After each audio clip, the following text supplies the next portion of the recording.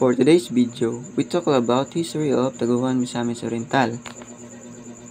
The Taguluan Public Park was renamed in the 1980s to honor the late Mayor Arturo L. Casino Jr. This park, located in Taguan, Misamis Oriental, now bears his name as a testament to his service and contributions to the community. While the search result mention other aspects of Taguan's history, such as the creation of the Taguan Community College and the establishment of Taguan National High School.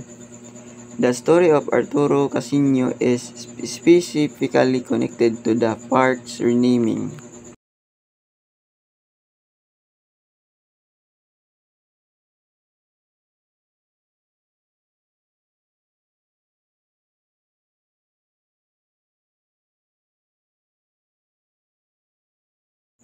The story of the Roman Catholic faith in Taguan, Misamis Oriental, is intricately woven with the town's history, dating back to the Spanish colonial period.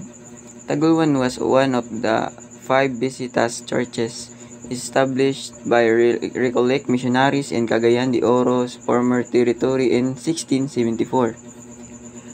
The town became a center of Catholic faith, and its history reflects the religious landscape of the region. The Jose Rizal Plaza in Taguluan has a history intertwined with the life and legacy of Dr. Jose Rizal, the Philippine national hero. It's a place where Rizal's influence is felt throughout the monuments and the cultural events that take place there. The plaza also holds historical significance due to the clandestine visit by Rizal while in exile and a statue of Rizal that was originally located in the area.